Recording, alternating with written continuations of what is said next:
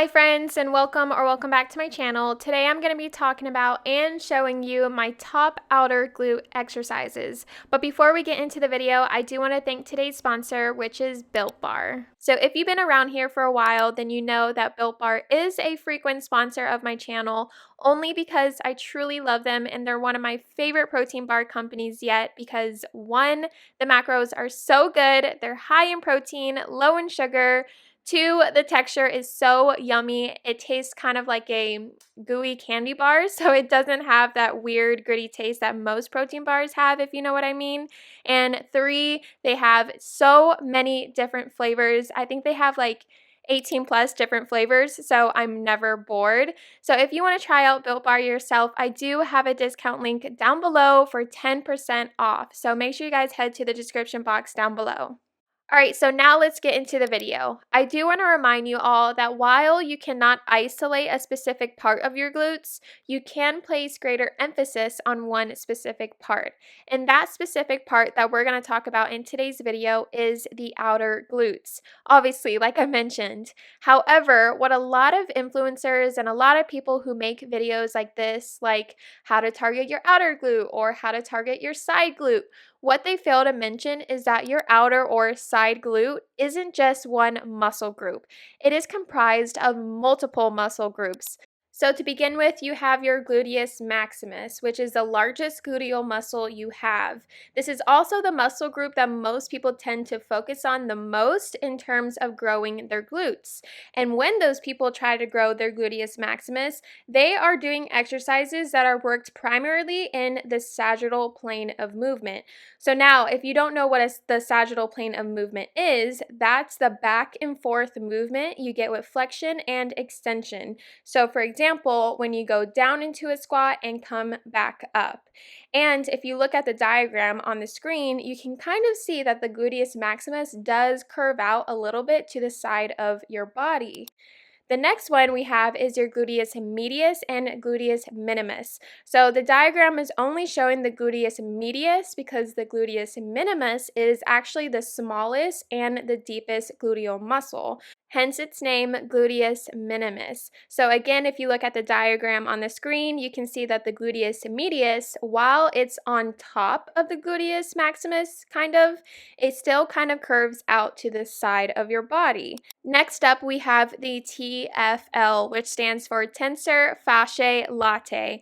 I hope I said that right because when I was studying for my CPT, I would always mispronounce this. So today, we're just going to call it the TFL.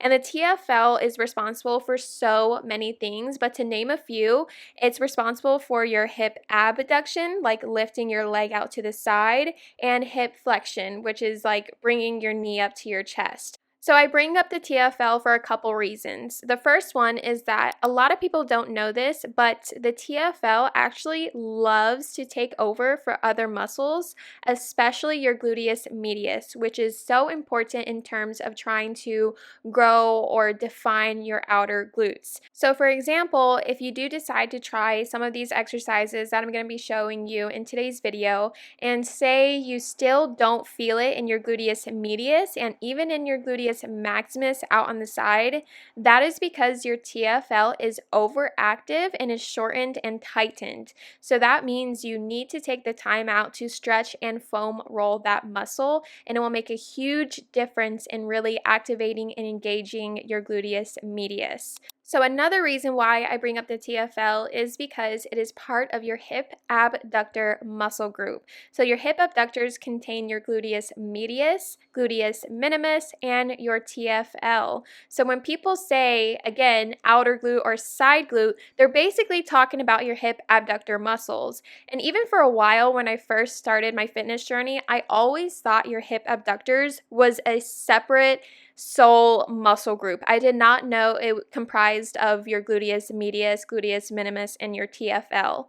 So this muscle group, your hip abductors, and obviously your gluteus maximus, but your hip abductors are so important in terms of trying to grow your outer or side glutes. And when doing hip abductor exercises, you're actually working in the frontal plane of movement. So that is your side to side movement you get when you raise your leg out to the side or when you step out to the side to do a side or lateral lunge.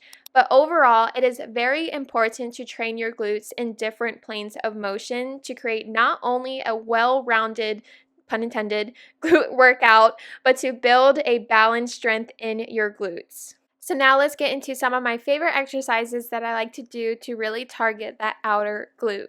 So the first exercise that I want to show you guys is a standing lateral leg raise. And I love to use these as a superset with my compound movements in my glute workout because, again, this will allow me to work my glutes in all planes of motion. So for example, whenever I start my glute workout, whether it's with squats or hip thrusts, I will then superset it with these standing lateral leg raises.